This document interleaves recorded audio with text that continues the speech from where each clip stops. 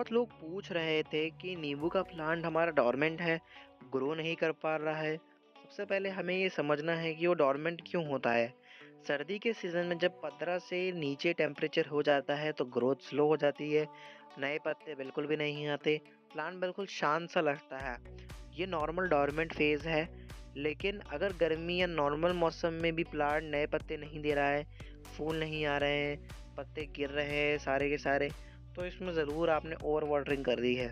Over watering से आपके roots ख़राब हो रही है, या अगर ओवर वाटरिंग की प्रॉब्लम नहीं है तो आपने इसमें ज़रूर खाद ज़्यादा डाल दी होगी। अमरूद की तरह इसको ज़्यादा खाद नहीं चाहिए होती। नींबू का प्लांट काफ़ी कम खाद में भी चल जाता है। आपने इसकी हार्ड प्रूनिंग भी हो सकता है कर दी हो गलत टाइम पर। इसको अभी 6 से 7 घंटे की धूप में रखना है जब तक सर्दियाँ हों, फिर इसकी केयर करना अच्छे से चालू करेंगे। तब तक के लिए सब्सक्राइब।